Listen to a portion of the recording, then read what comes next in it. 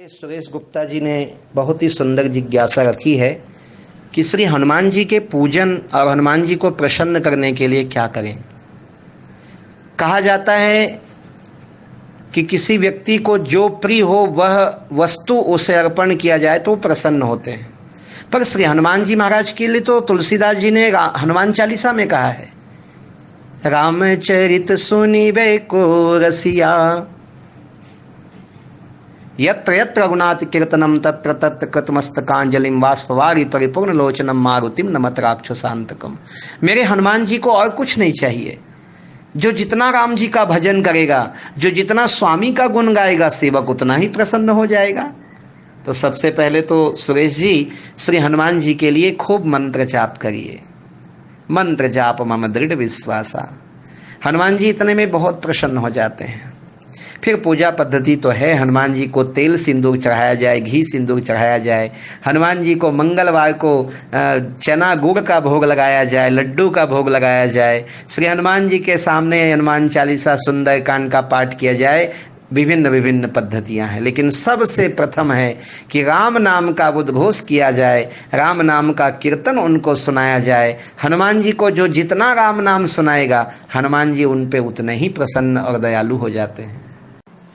जी सुरेश गुप्ता जी, बहुत ही सुंदर आपने श्री हनुमान जी के प्रति आपकी प्रीति है, क्योंकि जो जिस पे ज़्यादा प्रेम रखता है उसके प्रति जानने की इच्छा करता है, उनके स्वभाव को जानने की इच्छा करता है कि मेरे स्वामी को क्या प्रिय है वो मैं जानूं। और सही बात है, गुरुमूरत मुख चंद्रमा सेवक नयन चकोर, अष्टपहर निरखत रहूं श्री गुरु चरणन की ओर। जैसे एक शिष्य अपने गुरु के मुखारविंद को देखता है, आहा मेरे गुरु कब मुझे आदेश करें और मैं दौड़ कर उस सेवा को कर लूं। आदेश करना ना पड़े, केवल उनके चेहरे में भाव दिखे कि ऐसा गुरु चाहते हैं और शिष्य उसे करने को तत्पर हो जाए। ऐसे ही एक सेवक अपने स्वामी के लिए होता है। श्री हनुमान जी के लिए हम ये सोचें कि मेरे हनुमान जी को ऐसा क्या करने से प्रसन्नता होगी, क्योंकि किसी भी देव का पूजन करना उस देव को प्रसन्न करने के लिए होता है। लेकिन मेरे हनुमान जी बड़े भोले हैं। सुरेश जी, हनुमान जी इतने भोले हैं कि उनको ज़्यादा कुछ नियम नहीं चाहिए, 3 चीज चाहिए बस। सुचिता सबसे पहला। श्री हनुमान जी का पूजा और स्वाध्याय करने वाला व्यक्ति, हनुमान जी को आराधने वाला, बहुत पवित्र रहिए। हनुमान जी को अपवित्रता वैसे किसी देवता को पसंद नहीं है, लेकिन भोले बाबा हो तो चल जाए, वो शमशान पे भी बैठ जाते हैं। पर हनुमान जी के स्वामी तो राम जी हैं, और राम जी तो परम पवित्र। ऐसे राम जी के सेवक हनुमान जी, तो पहला पवित्रता रखें। दूसरा, जब हनुमान जी की आराधना साधना करते हो तो अत्यधिक ब्रह्मचर्य का पालन करना हनुमान जी की प्रसन्नता के लिए कारण बनेगा। और तीसरा, श्री हनुमान जी के लिए मैं आपको कहूँगा, विप्रधेनु सुर संत हित लीन मनुजय अवतार। उनके स्वामी ने 4 चीज के लिए अवतार लिया, तो हम भी गौ सेवा करें, संतों का सम्मान करें, देवताओं का पूजन करें और विप्रजन का सम्मान करें, तो हनुमान जी प्रसन्न होते हैं। चित्रकूट के घाट में भई संतन की भीड़, तुलसीदास चंदन घसे तिलक लेत रघुवीर। प्रसंग सब जानते हैं।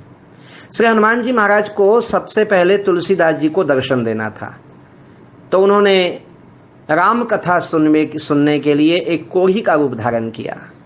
वैसे तो कहते हैं कि तुलसीदास जी जब शौच के लिए जाया करते थे कमंडल में जल लेकर, तो कमंडल बहुत बड़ा था, जल बच जाता था, तो वापसी में एक बेर के पेड़ में वो जल डाल दिया करते थे।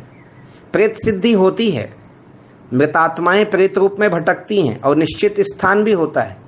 तो तुलसीदास जी उस बेर के पेड़ में डाल दिया करते थे। उसमें एक प्रेत का निवास था।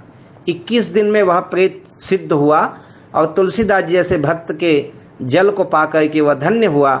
उसने प्रकट होकर तुलसीदास जी को कहा कि अब मैं सदगति को प्राप्त हो रहा हूँ, तुलसीदास जी आप मुझसे कुछ मांगिए। तुलसीदास जी ने कहा, देना ही है तो भगवान का दर्शन दे दीजिए, मुझे राम जी का दर्शन करा दीजिए, क्योंकि मुझे तो और कुछ चाहिए नहीं। प्रेत ने कहा, यदि ऐसी मेरे में शक्ति होती तो मैं ही दर्शन करके मुक्ति हो जाता, लेकिन हाँ मैं आपको रास्ता जरूर बता सकता हूं। और क्या रास्ता बताया, मैं आगे बताऊंगा।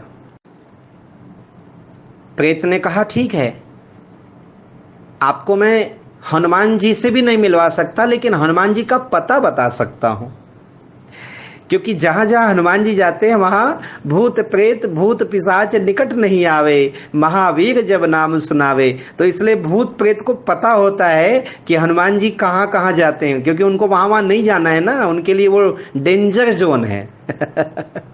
तो प्रेत ने बताया कि तुलसीदास जी, आप जब कथा करते हैं ना, तो आपकी कथा में सबसे पीछे जो कंबल ओढ़ के बैठता है वो हनुमान जी हैं। गोस्वामी तुलसीदास जी को तो विश्वास नहीं हुआ। लेकिन दूसरे दिन कथा में तुलसीदास जी का मन नहीं लगा, बार बार श्रोताओं के पीछे नजर जाती है, वो कंबल ओढ़ के बैठा, वो तो कोढ़ी है। कथा जैसे तैसे खत्म हुई, तुलसीदास जी को उस दिन कथा में मन नहीं लगा, दौड़े भागे गए। और जब वह जाने लगे बूढ़े से दिखने वाले रोगी कोढ़ी, तो तुलसीदास जी दौड़ के चरण पकड़ लेते हैं। बाबा क्या कर रहे हो, मैं कोढ़ी, अछूत की बीमारी मुझको, आपको लग जाएगी। तुलसी बाबा कहते हैं, यही तो चाहता हूं कि मुझे ये बीमारी लग जाए, आपको जो बीमारी है वो हमें भी लग जाए। हनुमान जी समझ गए, इन्होंने पहचान लिया। कहा क्या चाहिए, कहा राम जी के दर्शन। तब हनुमान जी ने उनको कहा था कि आप चित्रकूट घाट में बैठे रहना, राम जी आएंगे और चंदन ले लेंगे। तुलसीदास जी भ्रमित हो गए राजकुमार वेश देखकर, तो तोते का रूप धारण करके वहां पे कहते हैं, चित्रकूट के घाट में भई संतन की भीड़, तुलसीदास चंदन घिसे तिलक देत रघुबीर।